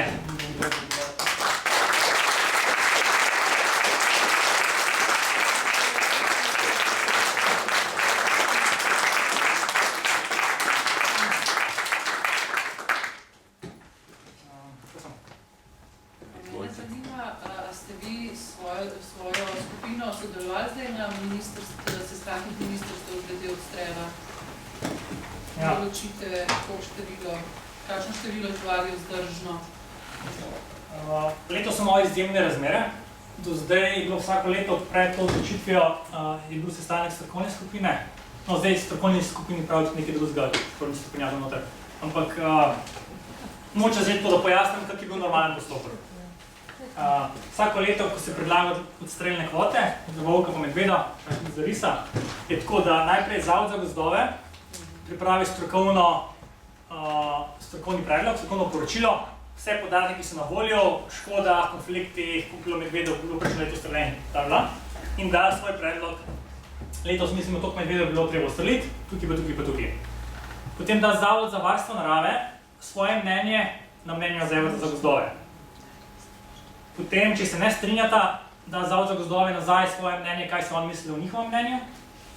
Potem grejo ta tri mnenja na tako imenovano, zdaj povedal, delovno skupino, strokovno skupino za podporo upravljanju velikih zveri v okviru Ministrstva za okolje in prostor, v katerim so spet Zavod za varstvo narave, Zavod za gozdove, predstavniki ministrstva, agencije za okolje, potem so zraven predstavniki akademske stroke, se pravi naša univerza, naša fakulteta, dva oddelka, veterinarska fakulteta, pa Lovska zveza Slovenije. To je strokovna skupina. Potem se skliče še malo deležniška skupina, v kateri so vsi ti plus interesne skupine, predstavniki lokalnih skupnosti, kmeticev, rejcev drobnice, društva za osvoboditev živali, društva proti mučenju živali, pač velik nabor, kdorkoli izkaže interes, lahko pride zraven, še da določeno bomo naprej. In potem vsa ta mnenja se spet združijo, se obes na internet, še predlog, ki ga pripravlja ministrstvo, da lahko vsi občani date svoje mnenje, ponovadi potem še enkrat sestane strokovna skupina in podaj vsega tega potem minister načeloma je odgovoren, da predpiše določeno število, ki je ponovadi usklajeno za strokovno skupino. Letos smo imeli baje interventne razmere in je bil sprejet interventni zakon, v katerega se je vključilo ministrstvo za kmetijstvo, ki drugače ni pristojno za upravljanje z zavarovalnimi vrstami. To je del ministrstva za okolje. Rejci so rekli, zdaj bom malo karikiral, vi nam na okolju ne znate upravljati, je cel problem, bomo mi to prevzeli in se nekako ministrstvo za kmetijstvo določili, kako mora za leto to biti, nekako to usklajeno z ministrstvom za okolje in prostor, določenimi drugimi skupinami, strokovnega dela, zdaj, če govorimo o akademskih strokovnjakih, nismo bili vabljeni zraven in potem bil ta interventni zakon zelo hitro sprejet. Interventni zakoni so večinoma, če je država v vojni in podobne stvari. Ta interventni zakon je bil speljan strani Ministrstva za kmetijstvo sklican in izpeljan. Ne vem, če točno zdaj uradno je moče še vedno si predstavljati, da je bil minister za okolje podpisan spodaj, ampak nekako je bilo pa... Pritisk je bil podpisan. Se pravi, jaz nisem zdaj zelo dober vključen tukaj zraven, ampak... Niste bili povabljeni. Ja, tako nekako mislim, da je šlo vse skupaj, no. In zdaj, ja, zdaj pa ne točno ne ve, kaj se dogaja, zdaj pa spet neka nova strokovna skupina, ustanovljena, ampak po fotografijah, ki smo videli v medijih, ni noter spet nobenega iz univerze, so pa zraven kmetici, se pravi SLS, oziroma ne, kaj že tale, sindikat kmetov, pa Lovska zveza. To, pa mislim, da tudi iz Zavoda za gozdove je samo direktor, ni te strokovne ekipe Zavoda za gozdove. Ampak zdaj noben ne ve točno, ali to je zdaj to, ali to je zdaj bil sam prvi sestank, pa zdaj se bo dejansko formirala ta... To je zdaj vse tako zraco, tako da ne vem točno... Skratka, leva roka ne ve, kaj desna dela, ne? Ali pa si ne želi, da bi desna vlada. Jaz sem si javljala tiskovno konferenco, če ste Zvesto Medvedov je bilo že vsredeni. In naj bi v bistvu vključevala tako strokovnjake, kot tudi predstavnike zaščite živali. Ne bi, ampak ni pa še... Ni pa še formirana, si pozna, da ne, ja. Tako da spravim, v tem prvem sestanku zdaj je bil samo ena interesna skupina, Jaz ne bi lahko vprašanje. Mene pa zanima, jaz v bistvu skozi problematiko ukvarjam zdaj, zato, ker sem zares prav v srce prizadeta, kako če lahko vse. Tako malo ga smeje. Ja, no torej, jaz bi rada vprašala, če je mogoče pobuda za ustavno presojo tega zakona o odstrelu, pa potem odločitev sodišča, da je proti odstrelu bila tista, ki je sprožila to nestrpnost v Sloveniji. Aha, to je zaustavitev odstrela. Ja. Vse to, če si poznate, ko imamo zgodovino, zdaj, mi smo imeli do zdaj odstrel nekje 120-130 medvedov letno. Lani so bili ven te novejši modeli prišli, ki so kazali, da se populacija v resnici predvsem bolj povečala, kot smo mislili do zdaj. In na podlagi tega se je kvota za odstrel zelo povečala, se je skoraj podvojila. In odziv nekako na to povečano kvoto in pa tudi nekako, ja, mogoče zelo malo nespretno speljano, da se nek dovoljšen dialog sprožil, je bila to, da je šlo to na sodišče in se je potem odstrel ustavil in je bil namesto 200 medvedov, je bila 0. In potem, ko je bila to 0, je pa drug por spet nekako luft skočil, po domače, in zdaj smo pa spet zanihali v drugo stran. V to zadnjem letu je značilno to zelo ekstremno nihanje iz enega ekstremna v drugega, kar se kaže, da je zelo, ja... Kar se kaže, da to ni problem, ampak da so interesi drugi. Ja, pa kaže tudi nekako tako, da je za vse slabše na koncu, če to zelo sem imel dolgo časa, dokaj je bilo nekje ta tanka linija se vmes lovila, ko noben je bil prav zelo zadovoljen, ampak se je nekaj shajal. Zdaj, ko je nekaj to zanikali, z eno druga pa ni več noben zadovoljen. Druga stvar, ki se je zgodila še ob tem, je pa zelo močna mobilizacija kmetijskega sektorja, izmed katerih združenj, predvsem prek medijev. Zdaj, ne vem, če spremljate medije, imate verjetno res občutek, da je letos pa res ogromno teh škod po bokovih. No, dejansko v resnici let je več kot lani, tudi pri medvedih, lani smo ekstremno nizko, ampak če še gledamo 8 let nazaj, preden se šlo te uspešne ukrepe vpeljevati, smo imeli bistveno več škod, kot jih imamo letos. Pa se o tem predvsem manj poročali. Letos je prav sistematično, pa že vsaka škoda, ki je bila, se klical novinarje. Se zdaj novinarjem se malo dolgočasno ratali poročati vsakine, ampak do zdaj tega še ni bilo, da bi res vsako se klicali sistematično. Zdaj smo videli, ne vem, pred kratkim, je bila že novica, da je volk ubil košuto. Dobre, ok, bil blizu si, ampak vse, ne mora biti zdaj to nekje konflikt prikazan. Pri vsaki žrtvi mora priti inšpektor. In je ta ukrep že veljal. To je bilo z domače živali? Ne, za žrtve zveri, medvedja, volke. Ampak domače živali, ne košute. Ne smejo več to se ven metati, kakšna masakr je bil, ampak mora priti inšpektor in on še poda mnenje. To je 20 let že približno. Ja, ampak se ni izvajal. Zdaj se to zahteva za vsako tako stvar. Zdaj, kar imamo razlika, je, da je treba še velika škoda, da še genetski prizame. Ker pri medvedu ni tak problem, se da kar dober naokol videti, da je bil medved, pri volku je pa težko včasih od psa ločiti. In zaradi tega se je potem začelo, pri tega enega projekta Slowwolf, da se je začelo genetske brise imeti iz ugriznih ran, se vzeli slino in se je potem gotovila, da je to res bil volk ali bil pes. In se pokazalo, da dejansko večino so bili volkovi. Mislim, da je bilo ne vem, imamo 10%, mislim, da je bilo psov, ne. In zdaj je tudi nekako tako praksa, ne za vsako škodo, ampak predvsem te velike, recimo, ne vem, da je govedo, recimo, ali pa da je, ne vem, 20 ovca, ne, se zdaj vedno vzame tudi po defaultu genetika. Je pa, čeprav vem, ni pa tako vezan, da če se pokaže, da je pes, da potem ne bi bila odškodnina. Mislim, da je še vedno. Oni kasirajo. Te veš, mogoče še kako je. Mislim, da je zdaj, da ni vezano, da samo tako, da se ve, kaj je bilo, ampak odškodnina se pa splača. Ampak spravim, tega je manj, ne. Velika večina so dejansko volkovi, ne. Lahko še nekaj, ker sem nekaj danes slišal, nekaj, da je sred Alpwurst. Wolf Alps. Ja. To so dva projekta, en se je že končal. Drug pa, vemo, da je se začne. Ni še uradno. En je bil do zdaj, se pravi, se je že zaključil, je pa to projekt, ki večino potekal v Italiji. Tudi večina aktivnosti v Italiji, pri nas, kar se je izvajal, ne vem, zdaj mi pa zavod nismo bili vključeni tudi zraven. Ja, malo monitoring se delal, recimo trenutno se je bilo ta del, potem delalo se dosti na merjenju na teh javnomnenjske raziskave, so se izvajale, določene izobraževalne vsebine so bile, ne vem pa točno. Se pa zdaj je v prijavi še nadaljevanje tega, no. Zdaj bomo videli, če nam volko je strega gor, pa ne bo treba. Kje pa vidite rešitev za to situacijo, ki je zdaj le? Pri volku? Ali pri medvedu? To je problem, ker se mi zdi, da dosti velik problem to, da se meša in se isti koš meše volka in volka, medveda in volka. Sta pa to v bistvu biološko zelo različne vrste, ne. Predvsem po, recimo, teritorialnosti. Recimo, če mi govorimo o nekih lokalnih gostotah, prejšnjo, mi hočemo manj medveda, pa manj volkov. Pri medvedu je to dejansko možno. Sprav, mi lahko odstrelimo... Doma telefon, mislim.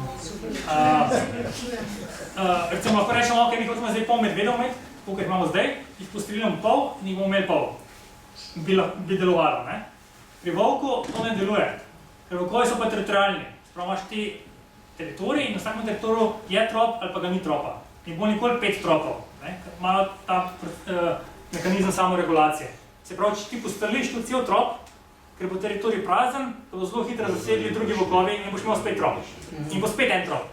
Če ga ne boš ustrelil, bo ta trop branil teritorij pred drugimi volkovi in bo lih tako en trop. Tako da pri volkovih zelo težko rečemo, ne vem, pa zdaj želimo imeti toliko pa toliko volkov, ali pa recimo na tem močju želimo pa toliko medvedov, pa toliko volkov. Ja, za medvede gre, za volka ne. Pri volku, kaj bi lahko naredili teoretično je začrtati, tukaj si volka želimo, tukaj si ga pa ne želimo in ubijemo vsakega volka, ki tja pride. Težava pri tem je, da smo mi spet v Sloveniji, ki je zelo majhna in trenutno se volk zelo hitro širi tudi v sosednjih državah. Prav, če bi se mi zdaj odločili, kot so zdaj eni predlogi, recimo za Cerkljansko pa za Julijske Alpe, da nočemo imeti volkov, lahko narišemo neko črto, ampak volkovi ne vidijo te črte, ne bodo upoštevali, ne. In volkovi bodo tja prihajali, tudi če jih v Sloveniji se sesojimo, bodo pa iz Italije prihajali, ne. In bo zelo težko po moje vzdrževati neko območje brez volkov. Lahko se trudimo, ampak bo, tako, slej ko prej se mi zdi, da bo treba nekaj narediti glede preventive, ker to so ukrepi, za kere vemo, da učinkujejo, ne. Odstrel volkove, odstrel pri volku ni učinkovit na škode, razen če res ne iztrebijo cele populacije, ne. Če ti sem pa kakšnega volka strelaš, ali pa recimo tretjina populacije, kot smo včasih, ne, vemo, nima učinka, ne. Deluje samo res, če iztrebaš vse volkove, ne.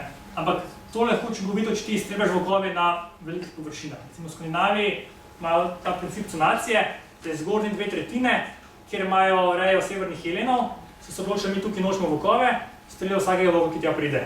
Južna tretjina imamo volke. In tam to nekako deluje, ne. Slovenija je pa toliko majhna, da tudi če gremo v to, bo zelo težko zagotoviti območje brez volkov.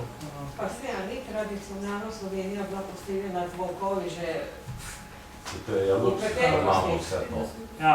Pa z medvedi so celo ni nič javda. Ja, pri volku je bilo tako, mi smo imeli volkovi po celi Sloveniji do nekje druge svetovne vojne, imamo pa druge svetovne vojne, ne. Je pa problem pri ljudeh večino to, da če ena generacija mine, se pravi, da so ljudje odrasli brez neke vrste, za njih je kadar ni bilo, ne. In je pač dosti težje sprejeti. To ni samo Slovenija taka, ne. To posod v Evropi vidimo, kjer volkov ni bilo vsaj ene generacije, ne, ta stare generacije govorim, recimo 90 let, 50 let, potem je zelo težje sprejeti nazaj volka, ne. Ja, se v Franciji so čisto ponoreli, ne, da so prek strela. Ja. Je pa spet tako ne, če gremo to cenacijo, en velik problem, ki ga jaz vidim, ker to je končni fazi je politična odločitev.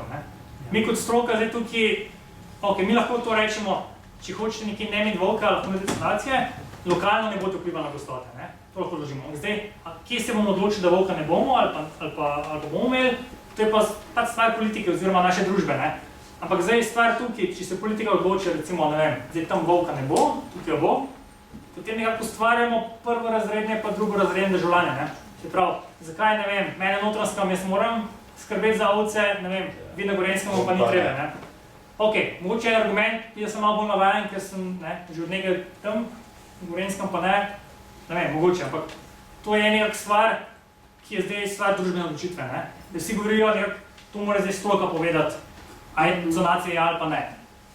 Določene mene lahko povemo, kaj bo funkcioniralo, kaj ne bo, ampak samo odločitev je pa stvar družbe, Kako pa ta družba lahko svoje mnenje izrazi? Ja, predvsem preko naših izvoljenih predstavnikov, tako demokracija deluje, Pa že vsi volkovi bojo pozit predlgo. Odvisno kakšne... vprašanje. Kakšen se vam zdi predlog Avstrije? Bolj še moče gospod pa Še malo. V teh objavah so bile tudi različne številke, kakšne so škode za volkovi povzročajo ali pa medvedi in kakšne so odškodnine in kakšne so tržne cene za tiste ovce recimo. In je bilo tudi, da odškodnine so 3-krat večje, kot je tržna cena za tisto povzročeno. Nisem pa zasledil podatka, koliko plačajo lovci za trofeje. Včasih se spominjam, tovariščite odstrelov medveda, ampak italijanski lovci so pa močno plačali za ta odstrel in kam je tisti denar šel. Takrat je bilo to donosno. Kar se škodin tiče, je res, da odškodnine so višje od tržne vrednosti živali. Ni pa take razlike, da je bilo 3-krat več. Mislim, da je 20% nekaj tazga se več izplača. Zdaj, kaj je logika tukaj zadnji, moč ga pojasnim. Zdaj, kar se mene osebno tiče vsaj, to za imamo odškodnine, se mi zdi, da je prav, zato ker če se mi spet kot družba odločimo, želimo imeti živali, je po mojem tudi fair do teh ljudi, ki imajo zdaj probleme zaradi tega, da je nekako družba povrnemo vsaj ekonomsko škodo, če ne druge, in to gre pač preko davkoplačevalskega denarja.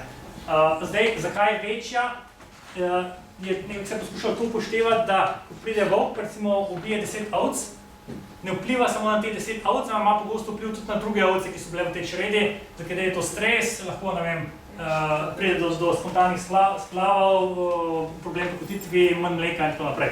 Sprav, mogoče ni toliko slabo, da se še se nekako to izgleda, se da malo več. Težava je, oziroma na kar je treba paziti pri tem, je pa, da se ne izkoriščati sistema. Ker sploh pri volku smo imeli primere, ampak to so res velika manjšina rejcev. Večina ni delate, ampak smo imeli primere, ki so očitno šeli izkoriščati to za ekonomske ugodnosti, ker pač je bil dober zaslužek. Ne smemo žakarja, ki je letno dobil 100 000 evrov odškodnin, neobdavčenih. Tako da, pač treba vzpostaviti mehanizme, ki preprečuje take ekscesne primere zlorabe. Ja, zaščito je treba imeti pravilno, potem pa je zelo pravično. Druga stvar je bila, pa zaslužek od odstrela. Ja, je, zdaj pri medvedih, mislim, to je zelo stvar dogovora, je obstaja nek cenik, Normalna lovska zveza, ampak vseeno, ko prije nek lovski gost, je to stvar dogovora, kako bo zdaj ta plačal za tega medveda, oziroma, če ga odstreli član lokalne lovske družine, ni nič, pač on zastonj dobi trofejo, ni treba nikomu nič plačati. Zdaj, kaj je tako, da jaz osebno bi rekel, da ni to pomemben faktor vsem skupaj, te dobički ekonomski od odstrela medvedov. Mogoče kakšnih državnih loviščih je to pomemben dar, ampak vsaj za lovske družine in pa tudi, ne vem, da bi tudi z neki lovski lobi bili zadnji za tem, jaz ne verjamem osebno. Je pa določen vodnosti za upravljalce loviščih, če ustreli tega medveda. In pa se tudi vidimo v zadnjem letu, tukaj so predvsem kmetijski lobiji, ki so glasni, tukaj lahko v eno drugo smer prav zelo. Izvoli. Kolega Grin. Vprašati je predlog, recimo v Avstriji, avstrijski lovci so šli s predlogom ven, da bi uporabljali gumijaste naboje, recimo da zveri preženejo na mesto ustrelitve, take, prave. Ker so dosti glasni, ker jih zadane, jih zaboli in s tem nekako, da bi poskušali to vsaj za silo urejati. Ali pa v skrajnem primeru, če res ni več drugega načina, potem pa pač sprejeli. Ja. Kakšen se vam zdi? Ja, to je ena metoda, reče se negativno pogojevanje, ko se uporablja ali gumijaste naboje, lahko tudi zber strelom, se šprica neko bolečino. To je ideja, da se prepreči ta proces habituacije, to pomeni, da zgubijo strah pred človekom. Recimo rožnik, je izgubil strah, take ljudje se potem poskuša streljati s tem, da spet nazaj bi začeli izogibati ljudem. To je lahko učinkovito, ampak moraš ti zaznati ta proces v zelo zgodni fazi. Ko enkrat prišli do faze, kot je bil ta medved v rakiku ali pa rožnik, je tako daleč, da so poskušali že večkrat, ni več učinkovito. Ja. Je pa v zgodnjih fazah to lahko učinkovito. To se uporablja predvsem v populacijah, ki so ogrožene, v tem smislu, da bi odstrel enega osebka že predstavljal resen problem. Recimo v Trentinu, v Italiji, v Alpah, to delajo v Španiji, tudi ponekod v Severni Ameriki. Zdaj, pri nas bi bilo težko izvedljivo, po drugi strani je bolj učinkovito, če se poskuša ta proces habituacije preprečiti že prej. Se pravi, da sploh ne prihaja do teh nagrad, oziroma da ne prihaja do krvnega medveda in tako naprej. Se pa tudi pri nas poskušalo s tem. Kaj pa recimo to dirkanje z enduromotorji po gozdu, po brezpotih, kjer pravzaprav ni nobene steze, ampak vidiš pa kolesnice. To je problem. To so adrenalinski športi, ki znašajo nemir in hrup. To dejansko ne vemo točno, kako vpliva na zveri, si pa predstavljamo, da je pač v Sloveniji toliko ni več prave divjine. Tako da, zdaj, da imeli živali, ki bi imeli poln strah pred človekom, jih ni več, ker ne bi mogli preživeti. Ja, malo neprijetna stvar, zdaj je bilo menda odstreljenih že 80 medvedov, no, in to gre tako rekoč po tekosem traku, zdaj pa recimo, kako je to tehnično izgleda, ne mislim samo odstrel, to je pa pri krmiščih, ali kaj so, televizija je pa pol pokazala, da gre nekaj, ali pa vsi medvedi še za meso, pa za gostilne, pa za izvoz, pa ne vem kam. Kako to tehnično pogleda, to ima še 100 kil mase, kako gre to iz nekega terena, a v hladilnico se meso se pokvari, ali se kri pušča tako kot pri prašičih, čisto take tehnične zadeve me zanima, ker v teh novinah sploh noče poročati, in pol gre v pakiranje, neka pakirnica, so pokazali televiziji, da so kosi mesa, to se pravi, nekdo mora to zrezati, pol še veterinar mora pregledati, da ni boven medved. Ja, v bistvu isti postopek, ker smo čisto leno ostali, Recimo na terenu, kaj ste in zjutraj v 4, ga ustreli, kako gre pa to naprej po tekočem traku, da je na konc užitno meso in pa kam gre to vse? 80 medvedov, to je krat 100, 8 ton, kam je to šlo? Ja, se pravi, proces je isti, ker recimo za divjad, recimo srne, jelene in tako naprej, ko je medved, pa kjerkoli žival ustreljena, to se najprej spele, ponovno se že na terenu že odpre in da se črevesje pa probavila dajo ven. Pa še trofeje, Ja, vse skupaj meso, trofeja dak, gre potem v hladilnico. V hladilnici to ponovadi meso zori, isto kot klavenci, dokler ni teh par dni, da je zreno. Potem pa je odvisno, kaj se zgodi. V Sloveniji je tak sistem, da uplenitelj je upravičen do trofeje. Prav, trofeja dobi zastojn, zdaj če losi gost plača, ampak če smo lokalni lovec, dobi zastojn, medtem ko meso pa ni njegovo. Če si ga želi za sebe, ga mora plačati. Je nek pusta, če je to njegov samo pleno, če gre to v prodajo.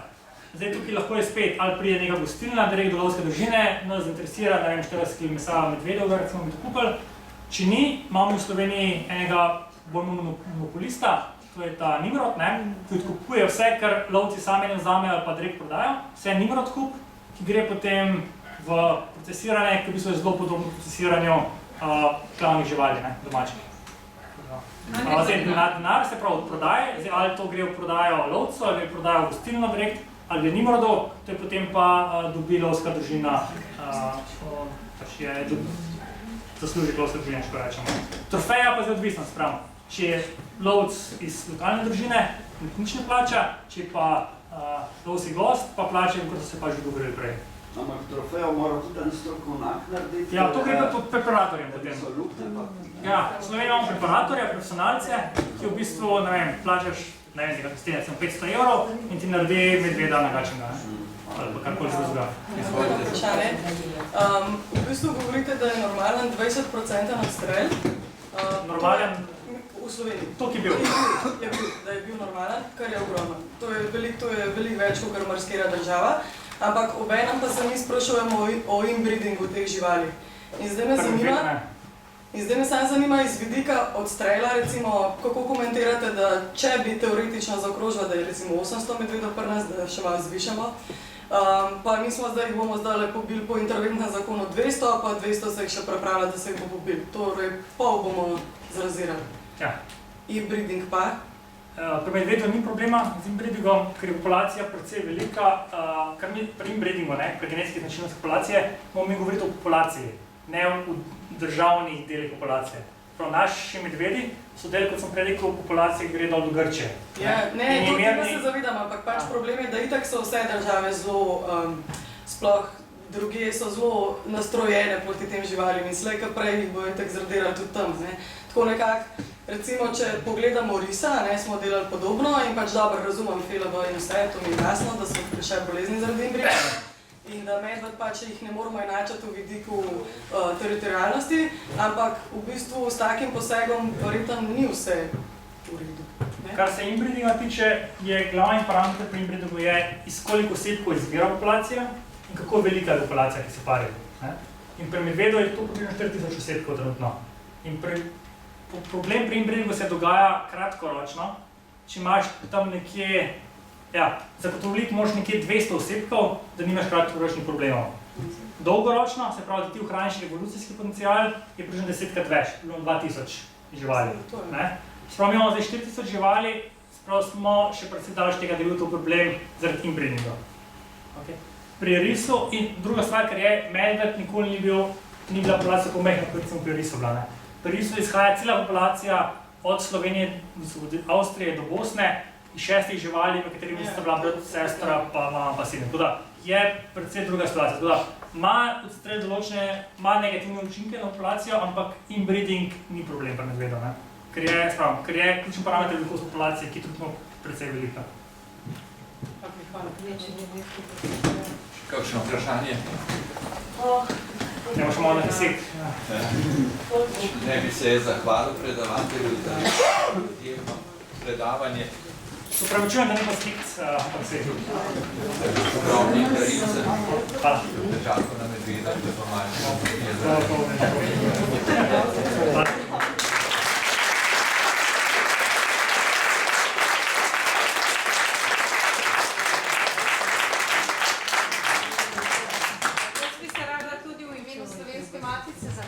da ste se tako množično udeležili današnjega predavanja in se seveda iskreno upravičili za te tehnične težave, ki smo jih imeli.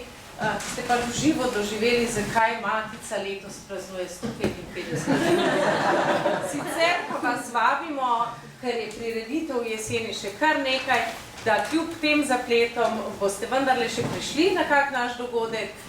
Načrtujemo serijo, cikl predavanj o znamenitih Slovenkah, ki recimo Avgusti Danilovi, Angeli Piskernik, Luizi Pesjakovi, da bomo tudi te, ki so precej pozabljene, se spomnili v naših predstavitvah.